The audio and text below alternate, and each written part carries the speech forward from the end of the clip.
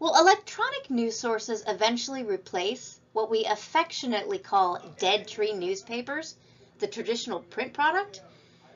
This data from journalism.org shows that newspaper circulation rates for both daily and Sunday editions isn't looking great. Even so, it's unlikely that the newspaper will die out completely. People have been heralding the death of radio since the invention of television, but more than 90% of Americans aged 12 and up still tune in to AM or FM radio at least once a week. Likewise, newspapers are likely to survive in some fashion. Online media offers readers more variety and control. You can access the stories you want, when you want.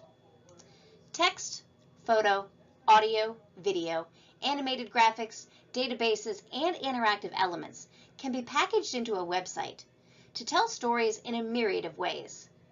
As we've already talked about this semester, long blocks of gray text is just one way to tell a story. And based on your story, it might be better told via a video tutorial, a photo slideshow, or an interactive graphic.